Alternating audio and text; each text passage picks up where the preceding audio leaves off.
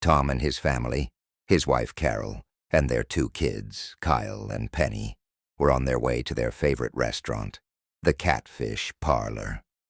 It was their traditional Tuesday night out, a time meant for bonding. However, recent tensions had cast a shadow over their gatherings.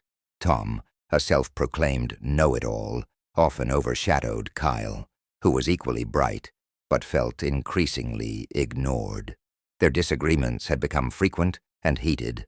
As they sat down and ordered their meals, Tom started sharing a fascinating fact, but when Kyle tried to contribute, Tom cut him off. "Actually, Kyle, that's not quite right," Tom said, diving into a detailed explanation. Kyle's frustration boiled over. "Why don't you ever listen to me, Dad?" Kyle erupted. "I'm not a kid anymore. I know things too." The table fell silent. Before Tom could respond, the restaurant underwent a dramatic transformation. The cheerful atmosphere was replaced by an eerie stillness.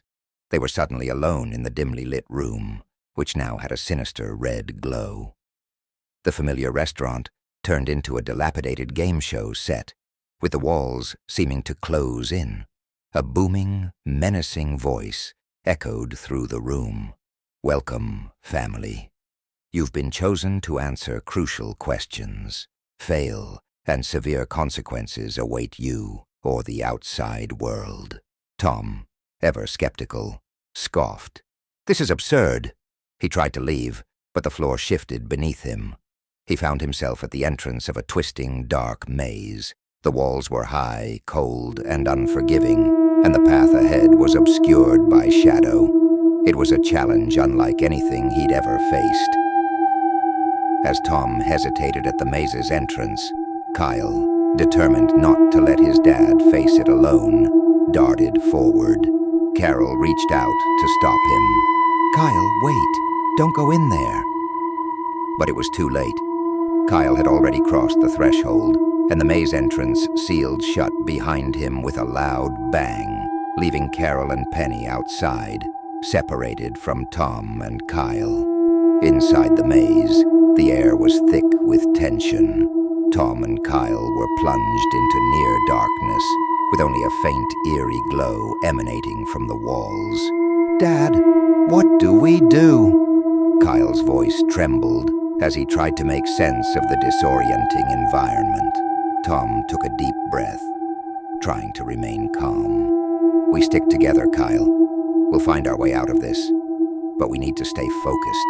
As they ventured deeper into the maze, the path became increasingly treacherous. The floor shifted beneath their feet, and strange, disorienting noises echoed through the corridors.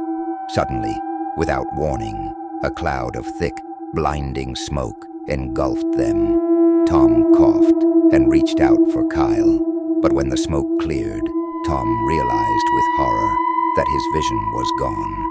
He was completely blind. Dad, where are you?" Kyle called out, his voice filled with panic. "I'm here, Kyle," Tom responded, his voice shaky. "But I can't see anything." Kyle's heart raced as he realized the gravity of their situation.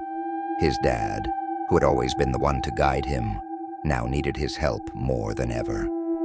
"It's okay, Dad. I'll be your eyes. I'll guide you through this." Kyle took Tom's hand and began to lead him through the maze, carefully describing everything he saw. "There's a turn up ahead, Dad. We need to go right, but be careful.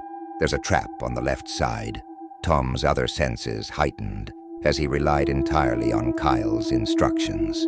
They had to work together, or they would both be lost. But the voice wasn't done with them yet.